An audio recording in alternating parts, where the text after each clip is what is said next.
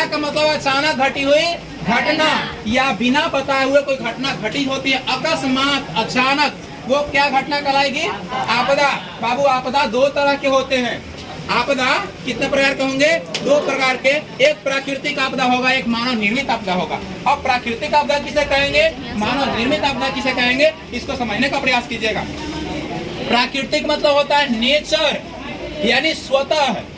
प्राकृतिक मतलब होता है नेचर, जो स्वतः घटना घटे, जिसमें इंसान किसी तरह से सम्मिलित ना हो, प्रत्यक्ष या अप्रत्यक्ष रूप में, डायरेक्ट या इनडायरेक्ट रूप में मानव की संलिप्तता उसमें नहीं हो, मानव का किसी तरह से सहयोग ना हो, और जब वो घटना घटेगी वो कहलाएगा प्राकृतिक आपदा। बाढ़ बुलाना है, हम सब लोग मिलकर कह रहे हैं कि बाढ़ आ जाओ, आ जाएगी? किसी की इच्छा से चलेगी बाढ़? नहीं चलेगी। भूकंप आना है, आप और हम बोल दो कि भूकंप आ जाए, आएगा क्या? नहीं आएगा। सुनामी आ जाओ, आएगा क्या? वर्षा आ जाओ, आएगी क्या? सब स्वतः जो आप घटना हो, जो स्वयं से हो, जिसमें इंसान की कोई संलिप्तता नहीं होती है, वैसी आपदा कौन सी आपदा कहलाएगी? प्राकृतिक आपदा। मानव निर्मित या मानव जनित आपदा वैसी आपदा जिसमें प्रत्यक्ष या अप्रत्यक्ष रूप में मानव की भागीदारी होती है, जिसमें मानव किसी रूप से कहीं न कहीं मानव द्वारा किए गए क्रियाकलाप के कारण ही क्षति होती है, वो आपदा कहलाएगी मानव जनित आपदा। जैसे बम विस्फोट कर देना, बस को उड़ा देना, एक्सीडेंट कर देना, ये सभी आपदाएं कैसी आपदा?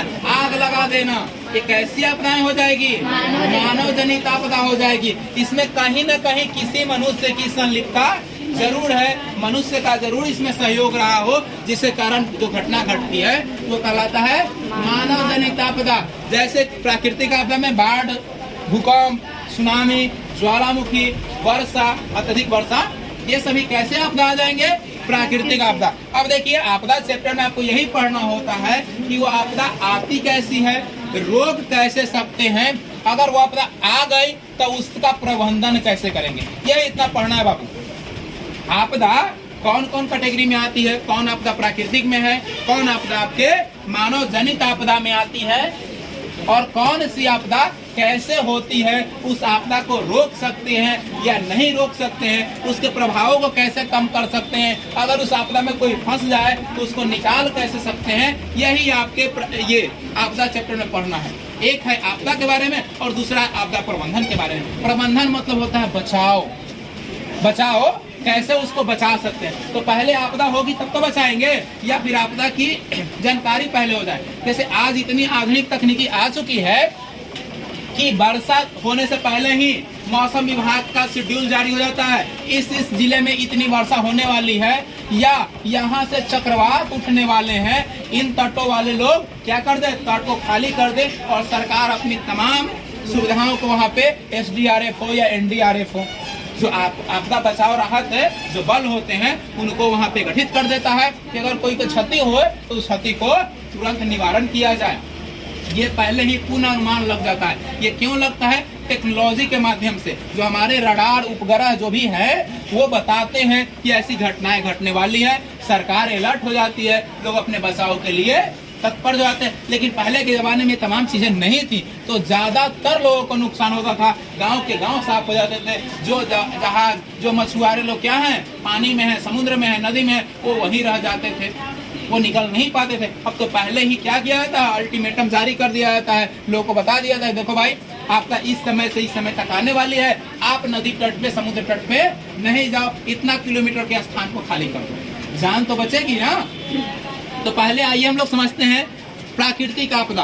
क्या समझते हैं? प्राकृतिक आपदा। मैंने बता दिया कि प्राकृतिक आपदा ऐसी है जो स्वतः है, जिसमें किसी प्रत्यक्ष या अप्रत्यक्ष रूप में मानव की संलिप्तता नहीं हो, वो प्राकृतिक आपदा आएगी। प्राकृतिक आपदा में बाढ़, भूकंप, सुनामी, ज्वालामुखी, अत्यधिक वर्षा का आना, ये सभी क्या हो जाएंगे? प्राकृतिक आपदा। अब अगर बाढ़ की चर्चा हम पहले कर ले रहे हैं, बाढ़ कैसे आती है? जब नदियों में, समुद्रों में जल स्तर बढ़ता है, तो नदियों का जल स्तर बढ़ने के बाद क्या होता है, ये जल कहाँ होता है? रिहायशी इलाकों में, यानी गांव में, जहाँ लोग रहते हैं, शहरों में प्रवेश कर जाता है, जिस कारण जनजीवन अस्त व्यस्त हो जाता है। अब इसको रोकने के लिए क्या करना पड़ता है, या बाढ़ आने का एक और कारण है, जो बांध वगैरह बनाया गया है, बांध टूट जाते हैं तो जो जल रुक रहा है वहाँ पे, जो वहाँ उसको रोके हुए है, वो क्या कर पाता है, उनको रोक नहीं पाता है, और टूटने की वजह से एक बहुत बड़ी जल की राशि, जल मात्रा गाँव में, शहरों में लोग के घरों तक घुस जाता है, जिसमें जान माल सबकी क्षति होती है। अगर ये अनुमान पहले लग जाता है कि हाँ ये बांध कमजोर है, ये टूटने वाला है, तो सरकार उसकी मरम्मत के पीछे पहले ही लग जाती है। अगर नहीं पता चला, टूट गया, घर में घुस गया, तो क्या करते हैं, एनडीआरएफ, एसडीआरएफ और जो स्थानीय लोग हैं, इसमें स्वयं सेवक संगठन का बहुत बड़ा योगदान होता है। अब एक पे क्या हुआ कि बांध टूट गया रात में, अब पूरा पानी घुस गया सब जगह, अब तुरंत तो एसडीआरएफ है, एनडीआरएफ तो आएगा नहीं। गाँव के ही कुछ युवा लोग, कुछ बुजुर्ग लोग, कुछ जो गांव की सेवा करना लोग चाहते हैं, या जो गांव के लिए हर एक तरह से तत्पर हैं, वो लोग क्या करेंगे, लोगों को सुरक्षित स्थानों पर, ऊंचे स्थानों पर ले जाएंगे, जान माल का क्षति जो हुआ है वो भरपाई करने का प्रयास करेंगे, मवेशियों को जो बांधे वो सब खोल देंगे ताकि वो स्वतंत्र हो जाए, इधर उधर अपना भागे। तो ये तमाम चीजें करती है। फिर सरकार एसडीआरएफ, एनडीआरएफ जो भी आती है, वो उसको रोकने का प्रयास करती है, जो पानी वहां से बढ़ रहा है उसको रोकने का प्रयास करता है। जो लोग फंसे हुए हैं उनको उचित स्थान पे पहुंचाने का प्रयास करता है। जो लोग दूषित पानी के कारण बीमार पड़ गए हैं उनको इलाज करने का प्रयास करता है। उनके लिए दवाई या रहने के लिए खाने पीने तमाम सुविधाएं केंद्र और राज्य सरकार द्वारा करवाए जाते हैं। ये बाढ़ और सुनामी में दोनों में यही चीज होता है। बाढ़ हो या सुनामी हो, जिसमें एसडीआरएफ, एनडीआरएफ और स्वयं सेवक संगठन के जो लोग होते हैं, जो स्वयं से लोगों की सहायता करते हैं, उसको पहले उस स्थान से निकालकर किसी ऊंचे स्थान पे ले जाते हैं। मवेशियों को खुला छोड़ देते हैं। जो उसमें बीमार पीड़ित जो लोग होते हैं, बच्चे होते हैं, महिलाएं होते हैं, उनको उचित देखभाल देते हैं। उनको गर्म पानी खाने के साथ देते हैं, गर्म भोजन देते हैं, ताकि वो जिस आपदा से निकले हैं वहाँ कहाँ ना कहाँ का पानी आया होगा, दूषित पानी होगा, हो सकता है बहुत लोग पानी पी लिए होंगे, तो बहुत तरह की बीमारी, कॉलरा, मलेरिया, टाइफाइड जैसी बीमारियां उत्पन्न होती है। उसके ट्रीटमेंट के लिए डॉक्टर वहाँ आते हैं। ये तमाम एहतियात किए जाते हैं। इसी को बोलते हैं आपदा प्रबंधन। इसे क्या बोलते हैं? आपदा प्रबंधन। कि आपदा आने से पहले, ये आपदा आ गई है तो उसके लिए क्या क्या प्रबंधन, क्या क्या उपाय ढूंढने चाहिए, वो क्या कहलाएगा बाबू? आपदा प्रबंधन कहलाएगा। ये तो बाढ़ और सुनामी के लिए थी। अगर भूकंप आ गया तो भूकंप आ गया। अब इसी के लिए बच्चों को प्रशिक्षित किया जाता है कि भूकंप आएगा तो करना क्या है। घर से बाहर निकल जाना है, खुले आसमान में चले जाना है, या घर में है नहीं निकल सकते तो किसी कॉर्नर में चले जाना है, सर को ऐसे झाँक लेना है किसी हार्ड चीज से, या टेबल वगैरह है, पलंग चौकी है, उसके नीचे कोना में चले जाना है और अपने सर को कम से कम बचाना है।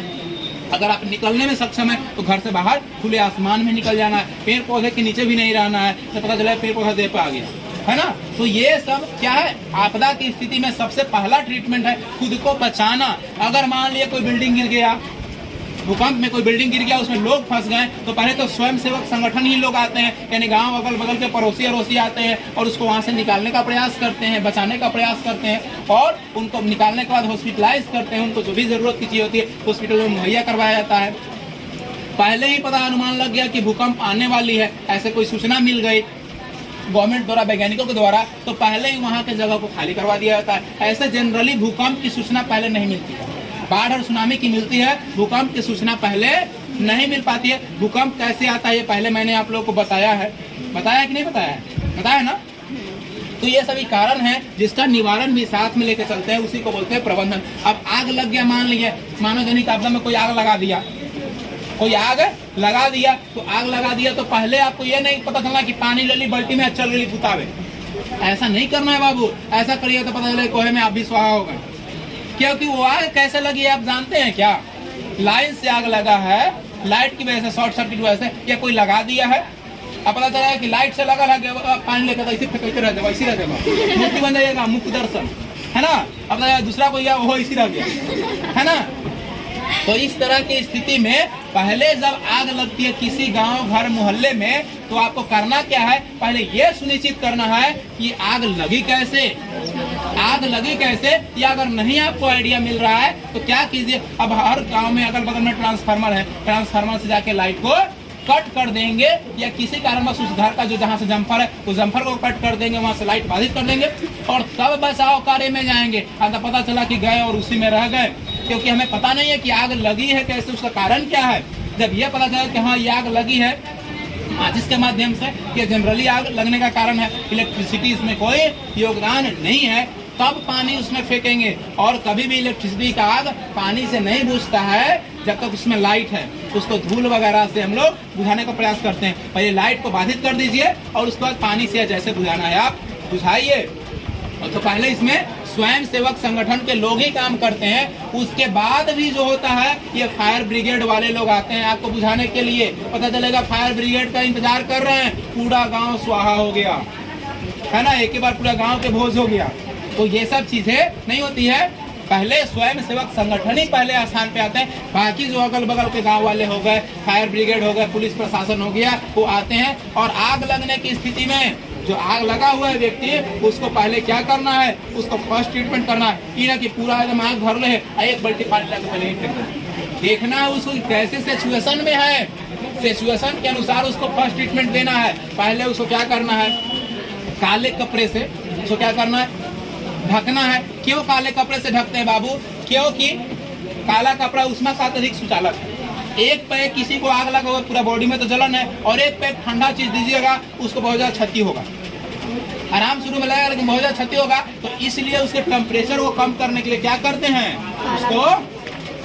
उसको काले कपड़े से लपेटते हैं, फिर उसको हॉस्पिटलाइज करते हैं। जो भी ट्रीटमेंट होता है वहाँ पे दिया जाता है। पीना की दफा सब आदमी जरूरी था, पूरा पानी वगैरह से फेंक दिए, उसके पूरे बॉडी का मांस और चमड़ा जो रहेगा वो चलाएगा नीचे। ठीक है, तो ऐसी गलती ना करना है और वो मानव जनित मत है। अब मान लिया कोई बम विस्फोट कर दिया तो पता चलेगा पहले बम विस्फोट करना वाला है, तो पुलिस प्रशासन उसको रोक लेगा। क्या करेगा, उसको रोक लेगा। लेकिन अगर पता नहीं चला और बम विस्फोट हो गया तो क्या हो गया, वो मानव जनित आपदा है ना, मानव जनित आपदा है। तो लोगों को क्या करना है, जो बचे हुए हैं उनको हॉस्पिटलाइज करना है। जो बचे हुए हैं, जिनको क्षति हुआ है, नुकसान हुआ है, उनको क्या करना है, हॉस्पिटल में ले जाना, हॉस्पिटलाइज करना है। जो मर गए हैं मृतक की पहचान करके उनके शवों को सौंपना है। ये पुलिस प्रशासन करती है। किंतु कोई भी आपदा हो, अगर आपदा हो जाती है तो उसका प्रबंधन करना हमारे लिए जरूरी है। उसका कैसे प्रबंधन करेंगे, सभी में अलग अलग तरीके हैं। सरकार द्वारा, सेना द्वारा, आपदा प्रबंधन द्वारा, स्वयं सेवक संगठन द्वारा ये कभी तमाम कार्य किए जाते हैं। तो हम लोगों ने चर्चा किया आपदा किसे कहते हैं, आपदा कितने प्रकार के होते हैं, प्राकृतिक आपदा में कौन कौन सी आपदाएं आती है, ये कैसे होते हैं, कैसे इसको रोक सकते हैं, अगर ये घटना घट चुकी है तो कैसे उसका निवारण करेंगे। इतना चीज चर्चा की है। वैसे ही हम लोगों ने मानव जनित में देखा, आग जलना, बम विस्फोट, ये सब घटनाएं जो कि मानव जनित आपदा है। ये आपदाएं जब घट जाए तो उसके बाद क्या करेंगे, यही मुख्य रूप से आपके आपदा में है। क्या है, यही मुख्य रूप से आपदा में है। एक क्लास और देंगे जिसमें बताएंगे कि आपदा में प्रयोग किए जाने वाले उपकरण कौन कौन से हैं। सीढ़ी, रस्सी, कपड़ा, टॉर्च, लाइट, है ना, ये क्या बोलते हैं, ये जो फोन होता है वो क्या बोलते हैं उसको, वेव फोन, माइक्रो जो फोन होता है सेटेलाइट से चलता है। क्योंकि आपदा जब आती है ना तो मोबाइल टेलीफोन के रडार काम नहीं करता है, तो सेटेलाइट फोन उपग्रह से जो फोन चलता है ना, जो पुलिस लोग नहीं रखता है वायरलेस, उस तरह का वॉकी टॉकी का प्रयोग करता है लोग। इन तमाम चीजों की चर्चा हम लोग अगले क्लास में करेंगे। आप लोग घर पे जाके देखिएगा कि जो मैंने आज क्लास में लिया क्या वो आपदा में है कि नहीं, और आपदा का क्वेश्चन बन के आएगा, मुझे गारंटी है। आप लोग बना के लेके आओगे, देख लो क्वेश्चन कोई ऐसा है जो नहीं बन रहा है।